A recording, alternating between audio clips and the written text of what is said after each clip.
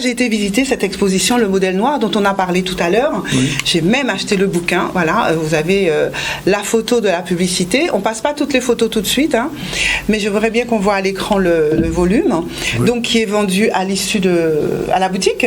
Donc il y a soit ce volume très très gros qui contient toute la collection, soit effectivement un tout petit volume moins cher. Celui-ci il coûte quand même quelque chose, mais ça vous permet. Ça coûte combien? Alors 45 €. Bon, ça va.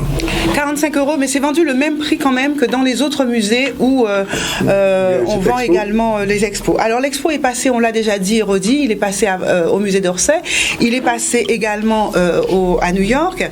Alors on m'a fait remarquer, et effectivement en regardant ce volume, qu'il n'y avait pas la collection totale de l'exposition, mais j'en saurai un petit peu plus puisque j'ai un rendez-vous qui doit être pris avec monsieur Jacques Martial, oui. Qui est commissaire de l'exposition et qui aura la gentillesse de me recevoir, mais le directeur de la communication hier m'a permis de faire quelques photos qui vont vous être présentées, quelques œuvres choisies sur lesquelles, non point parce que simplement j'ai flashé sur ces œuvres-là, mais parce qu'elles avaient un intérêt pour le propos du moment.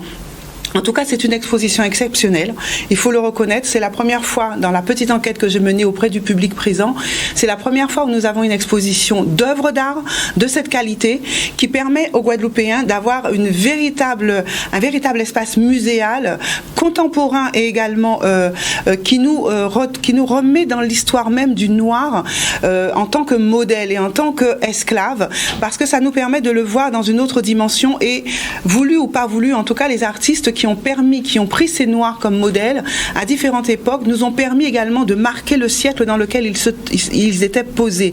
Ça nous a permis de voir comment on appelle ça, la manière dont ils étaient traités aussi, et l'idée qu'on se faisait d'eux comme objet, bien sûr, sur certaines œuvres, ils sont présents mais en même temps totalement absents.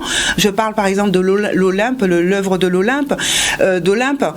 Ces œuvres où vous avez également par exemple représenté donc les tirailleurs sénégalais, où on sait que 45 000 d'entre eux sont partis sur les fronts lors de la guerre et 25 000 ont été tués et ils n'ont pas été reconnus non plus pour ce travail.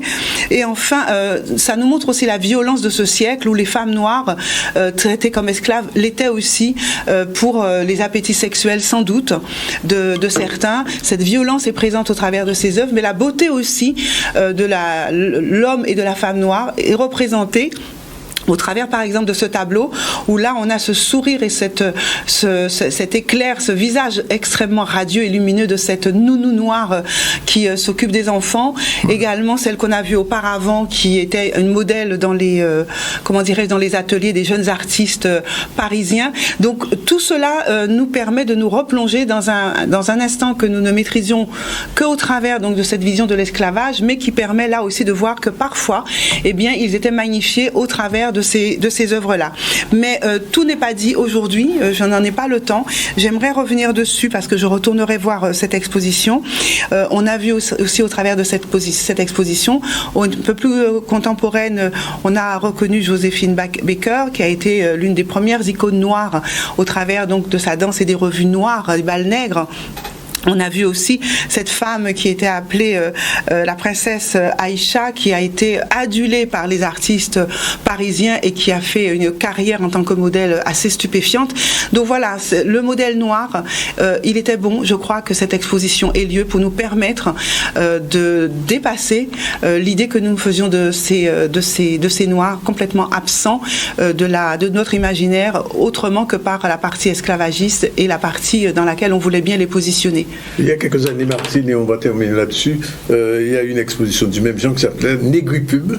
On voyait toutes les représentations du noir dans la publicité occidentale. Quelquefois, c'était pas triste. C'était pas triste, mais là non plus, c'est pas toujours triste. Hein. Ça fait parfois mal, mais en même temps, c'est une exposition qui est très bien construite et je crois qu'on doit reconnaître que ce travail qui a été fait mérite d'être visité par les Guadeloupéens, et les premiers avec qui j'ai discuté hier étaient très très fiers de la qualité de cette exposition et il faut le reconnaître, je crois.